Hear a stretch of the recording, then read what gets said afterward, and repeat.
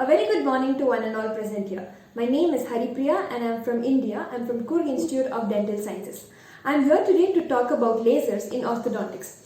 Laser is an acronym for light amplification by the stimulated emission of radiation. Laser is a device that creates and amplifies a narrow, intense beam of coherent light. The history of laser dates back to the year 1917 when Albert Einstein first theorized that the photoelectrical amplification could emit a single frequency of radiation. Charles Townes in the year 1953 first gave microwave amplification of stimulated emission of radiation, that is nothing but maser. Gordon Gould in the year 1959 first gave the term lasers. And Dr. Leon Goldman in the year 1962 first introduced laser in the medical profession. Coming to the physics of this laser. A laser occurs when there is an excited atom. It leads to the formation of emitting a photon. This photon excites another atom, thereby releasing another photon. So thereby one photon leads to the emission of 2 photons, and then 4, and then 16, and then so on. So this yields the formation of a laser, or a brief intense flash of monochromatic coherent light is produced. The principle of laser is simple. It is nothing but the generation of a monochromatic, which means same frequency and energy, coherent, which means same phase, and a collimated radiation, which means that there are parallel waves by a suitable medium with an optical oscillator in between. A laser is a device which contains 3 contents in it. It has a medium which can be solid, liquid or gaseous. It determines the frequency of the radiation that is being produced. An optical cavity or a tube which has 2 mirrors in it, and there is an external power source.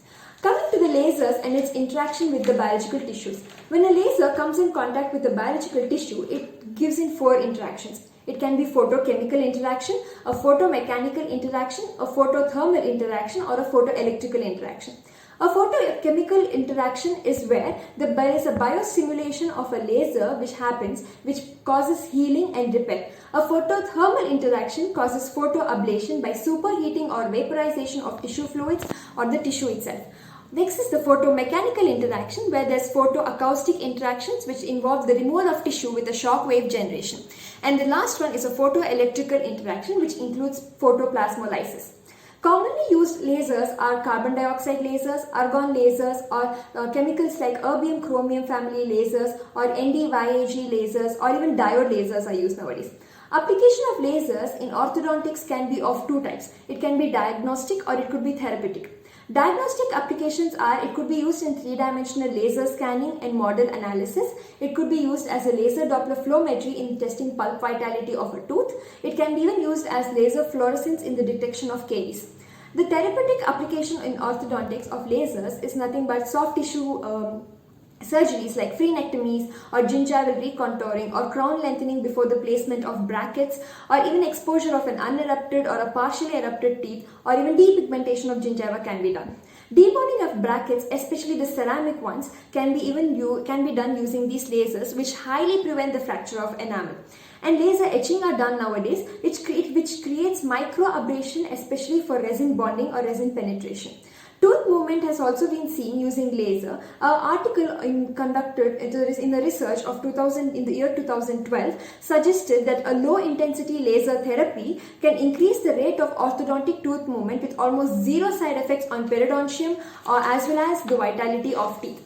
Coming to the advantages of these lasers, they are used very accurately these days. They are very selective, precise to the area of their application, the bactericidal, and as well as they give great hemostasis during the surgery, unlike other surgical procedures.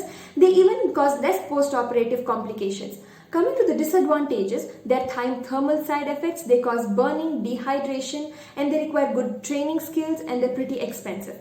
In these modern times, with the availability of such large number of laser devices with such modern technologies, it is in relatively lower cost. I believe that it can be used in day-to-day times. It improves the quality of treatment, it reduces the number of appointments, and even decreases the treatment time. Coming to the conclusion, I would like to conclude that the lasers are our tools of tomorrow only if you're with the knowledge of it today. Thank you so much.